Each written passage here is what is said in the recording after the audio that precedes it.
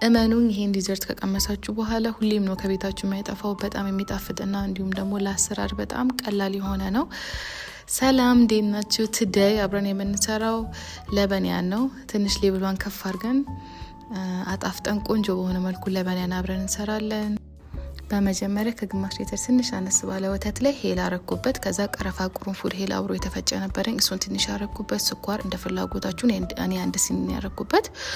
ከዛ ቫኒላ በጣም ነው የሚያጣፍጠው እንዳትረሱ፣ እሱን አንድ ማንኪያ ያረኩበት። ከዛ ሄሉ መጨረሻ ላይ ስለሚረብሽ አጠለልኩት።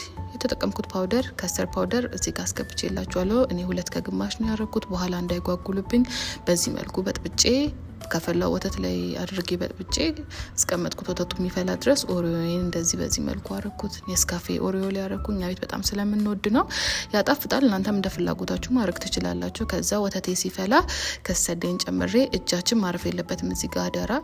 በዚህ መልኩ እናማስለዋለን። መጠኑ ልክ ቴክስቸሩ በዚህ መልኩ ሲሆንልን እናወርደዋለን። አደራ ከዚህ በላይ ከወፈረ ግግር ይላል። ከዛ ብርጭቆ ላይ ቸኮሌቴን እያረኩ ኦሪዮን ከስር እያረኩ ከስተርዴን እያረኩ በዚህ መልኩ እናስጌጠዋለን።